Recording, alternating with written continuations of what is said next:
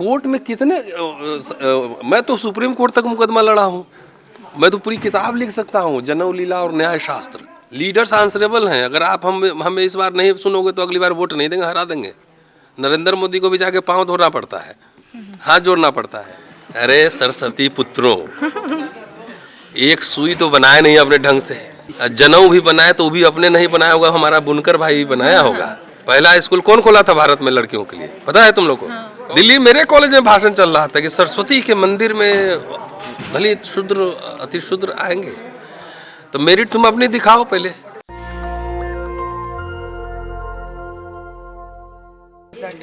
They write about issues affecting Dalits. They have this savior complex in their writing. So, what do you think that people from forward caste should keep in mind while writing about Dalits and their issues? What kind of complexity? The savior complex, that we are the one pulling them out. Yes, that sort of thing. Reason इसका ये है because the upper caste, they have been leaders for centuries. Yes. And intellectual leaders, because they had exclusive right to study. Yes. The feudal lords, Yes. landowning class, and capital was there. Social, cultural, all capitals they were having. Yes. So उन्हें लगता है कि ठीक है, हम लोग अब एक बड़ा काम करते हैं, लिबरेट करते हैं. Yes. So they project themselves as a liberator. Yes. And this is happening long before. तो ये ऐसा लगता है, ये और ये दुनिया भर में ऐसा है कि वो अपने आप को लिबरेटर समझते हैं और एक सिंपैथी टाइप से कि we have to do something for these Dalit people, the down trodden people. So it is natural.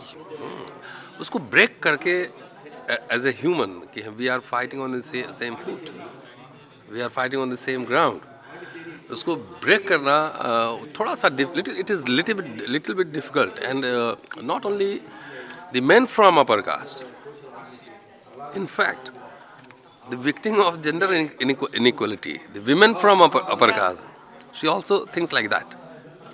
वो भी ऐसा सोचती हैं कि अब जिस कॉलेजेस में महिलाएं प्रिंसिपल हैं, coming from upper cast background, और वाइस चांसलर हैं coming from upper cast background, वो कैसे सोचते हैं?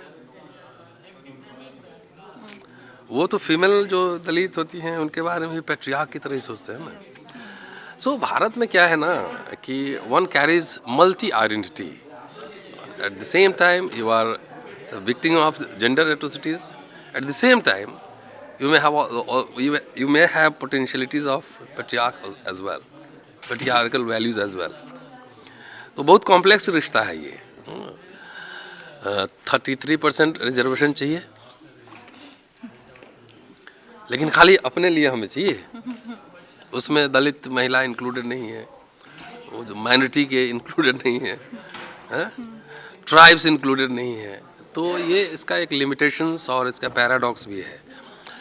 तो it happens with men women also कि if they are coming from upper caste, because इसमें उसका प्रॉब्लम भी उस तरह से नहीं है, बिकॉज इसको ब्रेक करना बहुत मुश्किल काम है कि वी हैव कल्चरल कैपिटल. अगर तुम जात मानो या ना मानो, लेकिन तुमको पैकेज में एक कैपिटल, तुमको कल्चरल कैपिटल गिफ्ट में मिलता है बगैर माने हुए. हम माने या ना माने. So I teach history and one of the prestigious colleges of India. I don't believe in caste. मैं मानूं या ना मानूं, लेकिन लोग तो मुझे मानते हैं ना. तो क्या चॉइस है हमारे पास? कास्ट को ख़त्म कैसे करना है? जैसे मैं तुम सामने आमने हैं, आप सब हैं, हम लोग अपने बिहेवियर में, if you have to distribute something, उसमें खान पान में, मिलने जुलने में, बॉडी लैंग्वेज से भी कास्ट एट्रोसिटी होती है. उसमें ये रिफ्लेक्ट ना हो, यही ना ख़त्म करना है. So that is the point.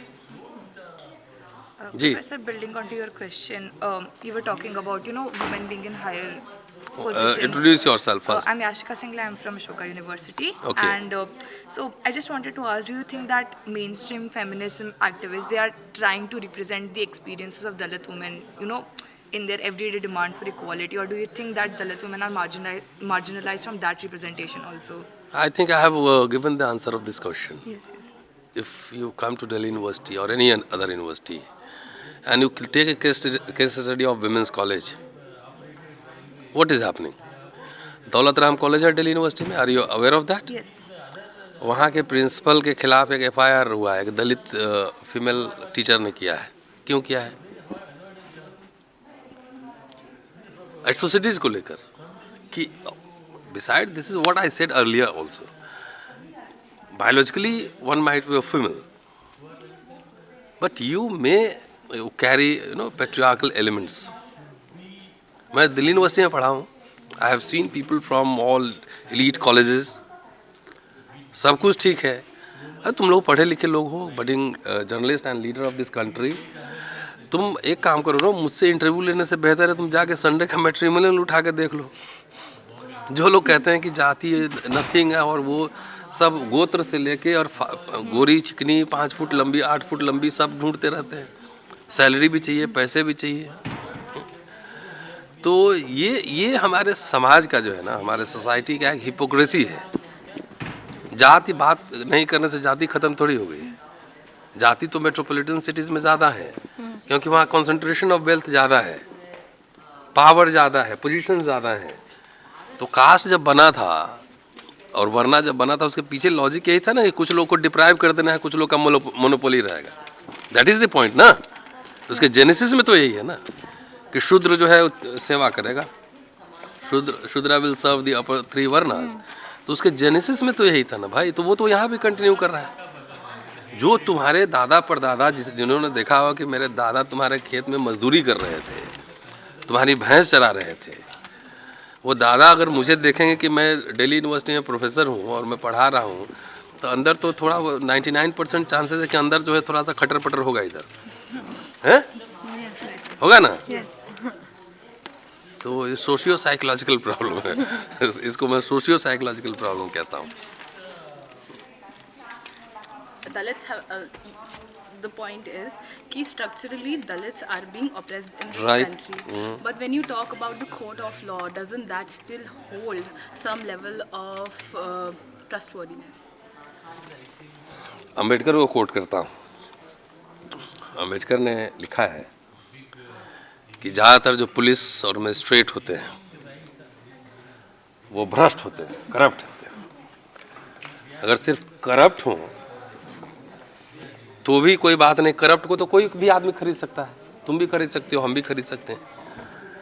कि करप्ट होने से ज़्यादा वो बायस्ड होते हैं। जब भी उनको अपने विवेक विजडम का इस्तेमाल करना होता है तो उसका इस्तेमाल वो अपने जाति के पक्ष में करते हैं और दलितों अस्पृश्यों के खिलाफ करते हैं। Did you get my answer? Ultimately ये सिर्फ सरकार का मसला नहीं है,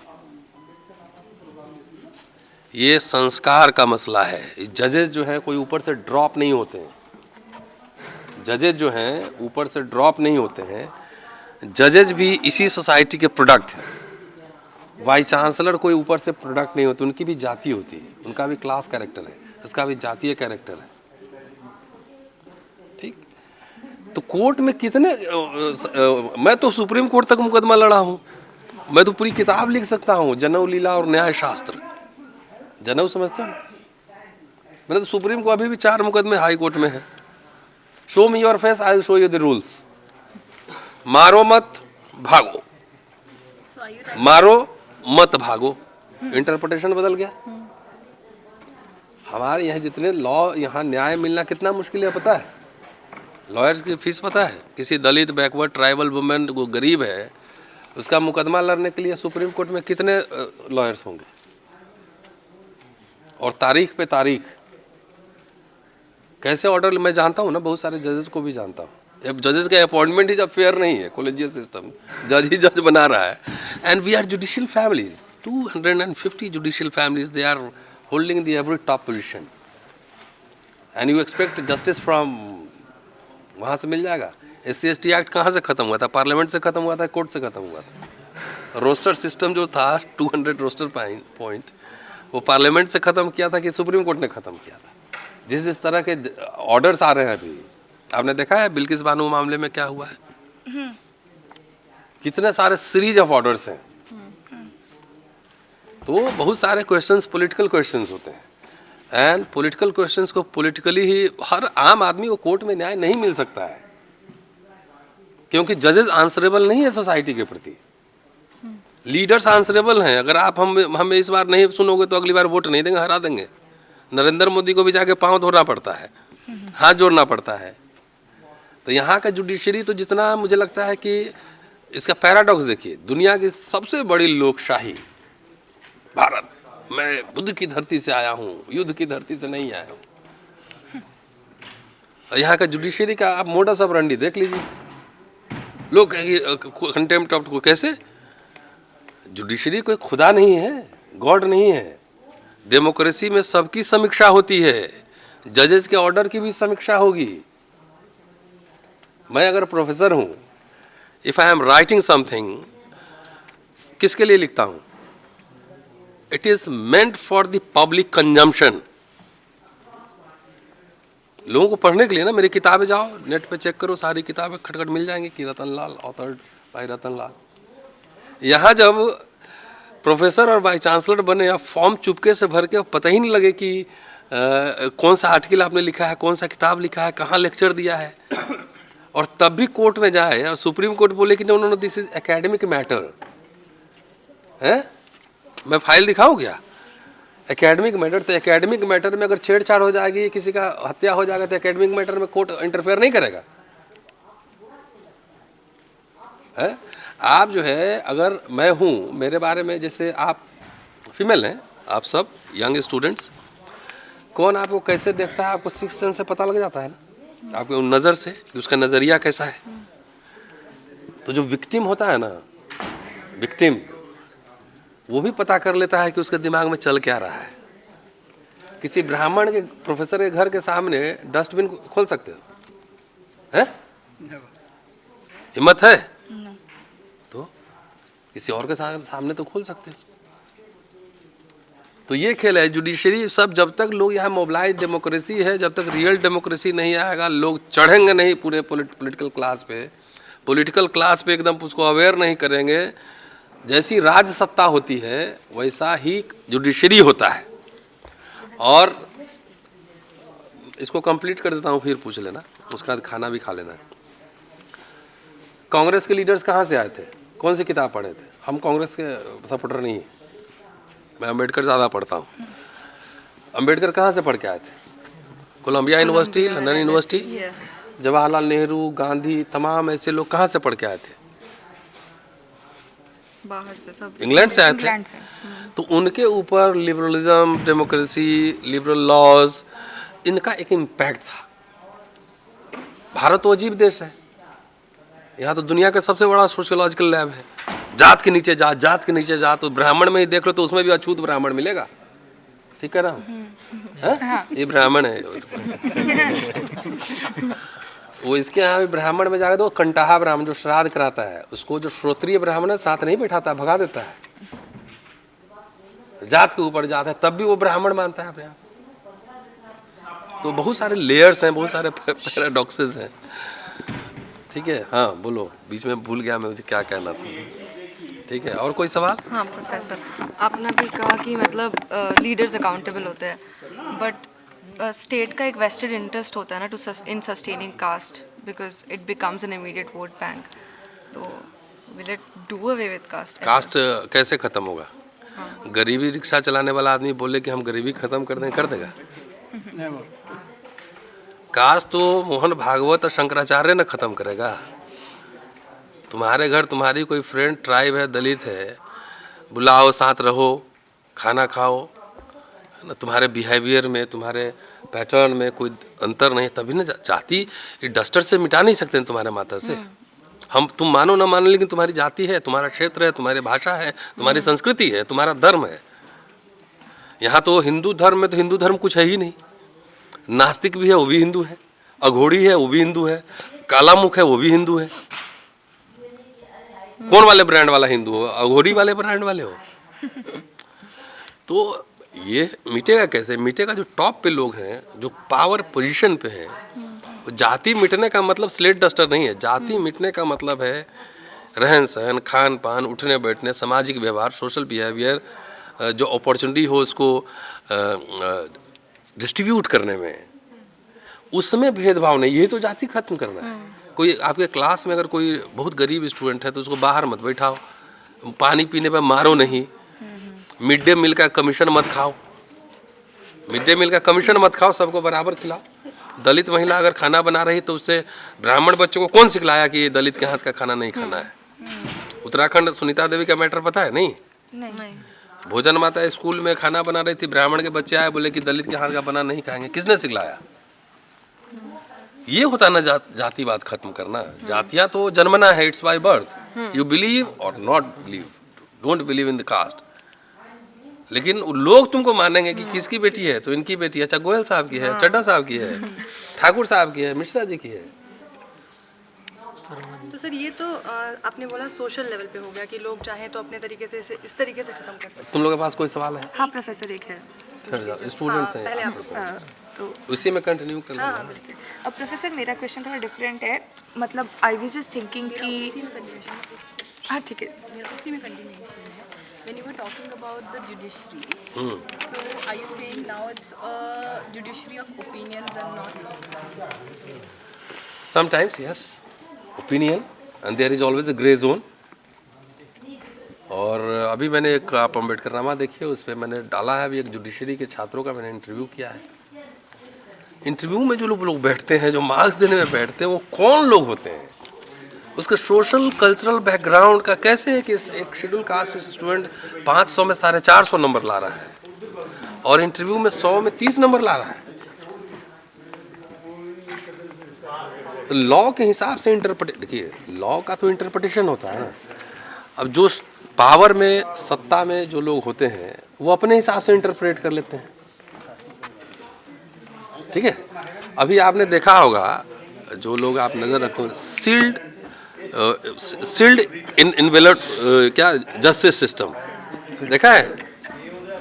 sealed envelope justice system. Supreme court में आते हैं जब, तो वहाँ सरकार अपने तरफ से सील्ड में पैक करके जज को देती है। जज साहब क्या उसमें लिखा है, नहीं लिखा है, पब्लिक को नहीं पता है, ओपोनेंट लॉयर को नहीं पता है, सिर्फ जज साहब देख के समझ लेते हैं न्याय हो गया। आपने पढ़ा है सील्ड कवर जो है, जस्टिस पढ़िए, sealed cover justice, go and search on Google, sealed cover justice. न ओपोनेंट लॉयर को पता है, न पब्लिक को पता है। अगर सरकार जो है, मान लो कि कोई बोफोर्स केस, या मान लो उसके बाद अभी कौन सा राफेल केस, उसमें इतने सारे चार्जेस हैं, सील्ड कवर जो है लिफाफे में सरकार रिप्लाई दे रही है, पता लगा कि उसमें जो है जज साहब का कहीं का फोटो लगा हुआ है। बोले ये जवाब है हमारा सरकार की ओर से, है, समझ गए बात? तो जज साहब देखेंगे, बोले बहुत अच्छा रिप्लाई है, जवाब है, अच्छा है, बंद कर दिए। हाँ, तो ये बात है ना, समझ गए बात? जब ट्रांसपेरेंट नहीं है, कुछ भी ट्रांसपेरेंट नहीं है, तो वहाँ पे एक आध ऑर्डर ऐसा तुमको कभी कभी मिल जाएगा। अब बाबरी मस्जिद का पूरा जजमेंट है, वो लॉजिक पे बेस्ड है, आर्गुमेंट पे बेस्ड है कि इमोशन पे बेस्ड है। तो इमोशन से कहीं जुडिशरी काम करता है, मेजोरिटी का जो भावना है वो उस हिसाब से काम कीजिएगा, कि लॉ के हिसाब से काम कीजिए। अभी हम लोग बहुत पीछे हैं, हम लोग दावा झूठ मूठ का बहुत बड़े बड़े करते हैं, लेकिन है नहीं। अब चलो शॉर्ट क्वेश्चन, बस लास्ट क्वेश्चन प्रोफेसर, गिवन कि आप प्रोफेसर हैं, आप इन सब फील्ड्स में काम करते हैं, आपको क्या लगता है कि दलित स्टडीज़ है और जो अकेडमिया फील्ड है, इसमें थ्योरी और प्रैक्टिस में कितना डिफरेंस है? बहुत ज़्यादा। वो जब रिजर्वेशन यहाँ आया था, मैं I was student at that time in Delhi university, central university, तो वहाँ भाषण चल रहा था कि सरस्वती के मंदिर में अपवित्र हो जाएंगे। अरे सरस्वती पुत्रों, एक सुई तो बनाए नहीं अपने ढंग से, जनेऊ भी बनाए तो भी अपने नहीं बनाया होगा, हमारा बुनकर भाई बनाया होगा, हैं? पहला स्कूल कौन खोला था भारत में लड़कियों के लिए, पता है तुम लोग को? हाँ। कौन? ज्योतिबा फुले, सावित्रीबाई फुले, हैं? तुम जो है मिथक जो है पूरा कहानी बता रहे हो। दिल्ली मेरे कॉलेज में भाषण चल रहा था कि सरस्वती के मंदिर में दलित शूद्र अति शूद्र आएंगे, तो मेरिट तुम अपनी दिखाओ पहले। जितने हजारों साल से कल्चरल कैपिटल लिए हो तुम्हारे दादाओं से, और तुमसे भी लड़के जो हम प्रोड्यूस कर रहे हैं कंपेयर कर लो। हमारे दादा से तो खेती जोतवाए थे ना, बकरी भैंसी पहलवाए थे ना, मौका दिए बराबर का। देयर इक्वलिटी जो है दो अनइक्वल्स में नहीं हो सकता है। मेरा बेटा पढ़ता है स्टीफेंस कॉलेज में, तो उससे टक्कर लेना, फेयर टक्कर करवाना। फिर ये थोड़ी कि मैं गांव से आया हूँ पाठशाला से पढ़ के बोरी पे बैठ के, और तुम मॉडर्न स्कूल से पढ़ के आ रहे करो कि इक्वल बनो। तो इक्वल है तो इक्वल अवसर दो, तब इक्वालिटी की बात करो ना। तुम इक्वल अवसर होने के बाद भी उनके चाचा मामा दादा जो है टॉप तक बैठे रहते हैं। वो कोई जात किसी का बोलता नहीं, चेहरा देके बॉडी लैंग्वेज देके पहचान लेता है, कपड़े देके पहचानेगा। इधर एंटीना रखा रहता है, इधर एंटीना से पहचान लेता है। नाम बोलोगे ये मिश्रा, वो बस हो गया खत्म। तो वहां पर भी तुम्हारा 30% तो आगे पहले ऑलरेडी जा चुके हो भाई। ये कारण थोड़ी है कि यूपीएससी में बराबर नंबर ला रहा है, SC ST OBC सब बराबर नंबर ला रहा है, इंटरव्यू में तुम कम नंबर दे रहे हो। क्यों? सबसे ज्यादा मेरिट वही जो बैठा हुआ है इंटरव्यू लेने वाला, उसी के पास है क्या? उसका इंटरव्यू मैं लूं क्या? मैं लूं इंटरव्यू उनका? मतलब तुम्हारे लिए गोवा का स्पेलिंग पूछ लेंगे, बेटा बताओ जरा गोवा का, तो GAO बोल के भी तुमको पास कर देगा। समझ रहे? बहुत बढ़िया, बहुत बढ़िया। आगे इससे पूछ ले चेकोस्लोवाकिया का स्पेलिंग बताओ, सही भी बोल देगा तो फेल कर देगा। ये तो यहाँ का इंटरव्यू सिस्टम है, ठीक है ना? Okay, thank you. National Dastak की आपसे गुजारिश है कि अगर इसको बचाना चाहते हैं तो नेशनल दस्तक को सब्सक्राइब करने के लिए रेड कलर के सब्सक्राइब बटन को दबाएं, फिर बेल आइकन की घंटी दबाएं। नेशनल दस्तक को बचाने के लिए बहुत जरूरी है कि हर खबर को शेयर करें, लाइक करें, कमेंट जरूर करें।